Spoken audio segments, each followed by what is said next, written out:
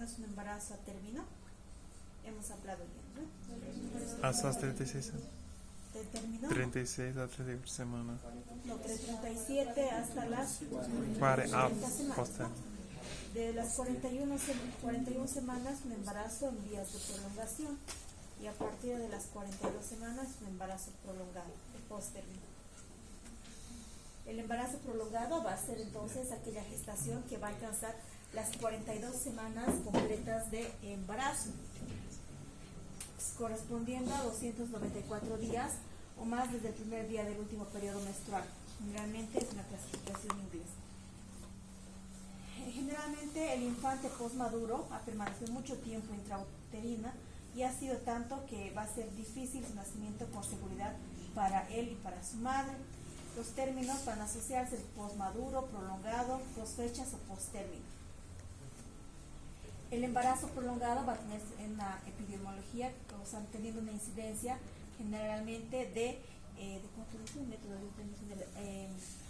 Dice que vamos a ir valorando la edad gestacional con una fecha de última menstruación o con una ecografía precoz. De acuerdo, se cree que el embarazo cumple 9 meses lunares, que es la clasificación, o 290 días, ¿no? La ecografía del primer trimestre va a ser muy importante para sacar una fecha correcta, porque sabemos que las mujeres nos olvidamos los últimos periodos menstruales y nos acordamos a veces la fecha que fue nuestro último periodo. El embarazo prolongado tiene una etiología donde los elementos esenciales para el parto normal van a ser multifactoriales, requiriéndose una secuencia de cambios que empiezan por el feto, la madurez cerebral, pulmonar y renal, el funcionamiento adecuado de su sistema hormonal, la hipófisis, el hipotálamo y adrenales. El funcionamiento placentario también influye para el nacimiento o el parto y los procesos para la madurez cervical. ¿Qué es lo que quiere decir esto? Que un bebé a término que esté ya en posición adecuada, cuando ya se sienta que está para nacer, cuando su sistema nervioso esté desarrollado y sus componentes también, el bebé va a empezar a buscar su camino para tratar de descender, y eso tiene que desencadenarse durante el trabajo de parto. Pero si un bebé es macrosómico, está en presentación pélvica o está en transversa, va a ser más dificultoso que desencadene el trabajo de parto, porque vamos a ver que durante el mecanismo de trabajo de parto van a haber 3 causantes: el útero, el bebé y el canal del parto. Entonces, ¿qué acción hace el bebé? Al principio va a empezar a moverse y tratar de salir, se van a iniciar las contracciones uterinas, y si tenemos un buen canal de parto, el bebé va a nacer favorablemente. Entonces, todo eso debemos considerar. Van a existir distintos factores de riesgo para que tengamos embarazos prolongados, como ser la nuliparidad, un parto previo postérmino, la deficiencia de sulfatasa placentaria, que es la que le dice ya la placenta está desgastada y este bebé tiene que nacer. Los fetos con sexo masculino, que se cree que tienen menos interés de salir del confort que tiene dentro de la madre, una insuficiencia adrenal, alguna hipoplasia suprarrenal o alguna alteración estructural que tengamos en el feto. ¿Cuáles van a ser las anomalías congénitas? La anencefalia, el bebé nunca se va a encajar y tal vez no va a desencadenar el trabajo de parto. Factores hereditarios también están asociados: la deficiencia de la hormona adenocorticotropina fetal, la alteración de la unidad fetoplacentaria, la disminución de la sulfatasa placentaria, alteraciones en los procesos de maduración cervical, el sexo masculino, la obesidad, la macrosomía fetal y la DCP, desproporción cefalopélvica. Entre los factores hereditarios se ha asociado que un embarazo prolongado va a recurrir a través de generaciones familiares. Si ya tuvimos una hermana, un familiar con embarazo posttérmino, puede que nos pase a nosotros. La determinación biológica, generalmente se han hecho estos estudios en Europa que han asociado con esto, ¿no? Con la función hereditaria.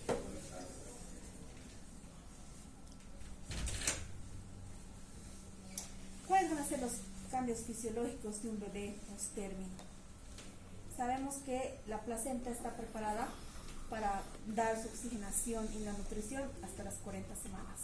Después de esto se va a ir desgastando. Y ahí vamos a ir teniendo algunas alteraciones.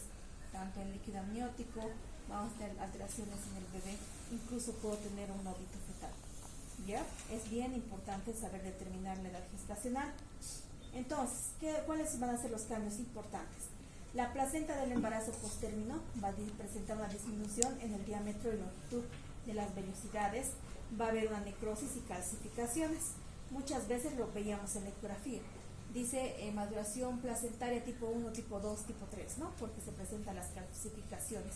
Esas calcificaciones ya no tienen ese intercambio de oxígeno, están calcificadas. Después, estos cambios van a ocurrir simultáneamente como prediciendo la aparición de infartos hemorrágicos, que son los focos para el depósito de calcio y la formación de infartos blancos. Los infartos van a estar presentes en un 10 a 15% del total de las placentas a término y un 60-80% del total de las placentas post-término. Si hay infartos en la placenta, va a haber menor oxigenación para nuestro bebé. Los cambios en el líquido amniótico, generalmente también con la prolongación del embarazo, se van a ver tanto cambios cualitativos y cuantitativos. ¿Qué quiere decir? Va a disminuir la cantidad y van a disminuir sus componentes también. Entonces, esto generalmente, el líquido amniótico se va a mantener hasta término, hasta los 1000 ml, ¿no? Y vamos a ir viendo que después de las 38 semanas baja hasta 800 ml. Y en un embarazo post-término puede que baje más. Es normal hasta 800 ml el líquido amniótico de un embarazo de término. Ya eso tienen que saber. En la semana 38 de gestación llega hasta 1000 y puede que vaya disminuyendo hasta las 40 semanas hasta 800 ml. En las semanas 42, 43, 44 ya va disminuyendo más, 480, 250, 160. O sea, va a ser como una RPM, va a reducir tanto el líquido amniótico, mi bebé se va a comprimir tanto y no va a poder ni siquiera tragar su líquido amniótico ni eliminar. Un volumen de líquido amniótico por debajo de 400 ml a partir de la semana 40 se va a asociar o se va a vincular con un aumento de complicaciones fetales. El mecanismo de producción de oligoinamnios va a ser la presencia en un embarazo post-término, puede deberse a la disminución de la producción de orina fetal. El bebé va a dejar de orinar también. Al prolongarse la gestación junto con la disminución del volumen del líquido amniótico, se van a producir sus cambios en su composición y el líquido amniótico se va a ver lechoso con aspecto nublado a causa de los abundantes fragmentos del verbis gaseoso. Mi bebecito que estaba todo húmedo, mojado, ya no tiene líquido, entonces la piel se vuelve como cuando nace, se va a ir secando y si se va a ir secando a veces se va a ir despelando un poco. Esos son el síndrome del bebé postérmino. Salen así con su piel bien sequita, a veces despegada, sus uñas bien largas y a veces teñidos de mecón. La disminución del líquido amniótico va a poder determinarse con la aparición o que se visualice más frecuentemente los movimientos fetales y puede haber compresión del cordón umbilical y en ese caso puede que se neovite o muera. Los cambios fetales, ¿qué va a hacer un bebé postérmino? El 45% del total de los fetos va a continuar incrementando su peso. A medida que el embarazo se prolonga y puede llegar a una incidencia de macrosomía fetal hasta el 43% en la semana 43. O se lo debe tratar de crecer lo más posible y puede que yo lo tenga macrosómico. El 5 a 10% del total de los fetos presentan características de malnutrición intrauterina, lo cual constituye el grupo de mayor riesgo perinatal. Las complicaciones de un embarazo postérmino van a ser el sufrimiento fetal ante o intraparto, que mi bebé se va a empezar a poner mal, taquicardia, puede que tenga una infección e incluso llegar a un óbito fetal. Una complicación también de un embarazo postérmino es la macrosomía fetal. Puede que en el examen les pregunte cuáles son las complicaciones más frecuentes de un embarazo postérmino: sufrimiento fetal agudo, macrosomía fetal, óbito fetal. O posteriormente un síndrome de posmadurez.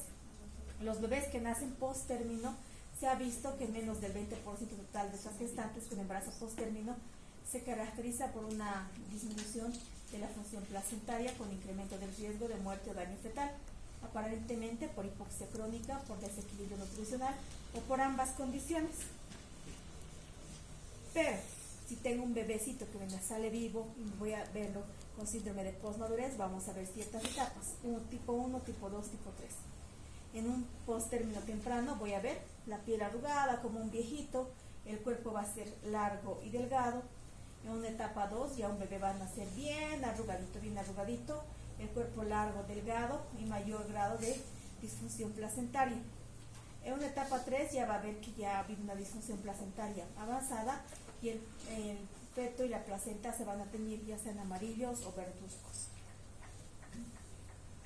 Puede que haya también un síndrome de aspiración meconial. Este va a constituir una de las complicaciones severas de un embarazo posttérmino, que se trague el líquido meconeado.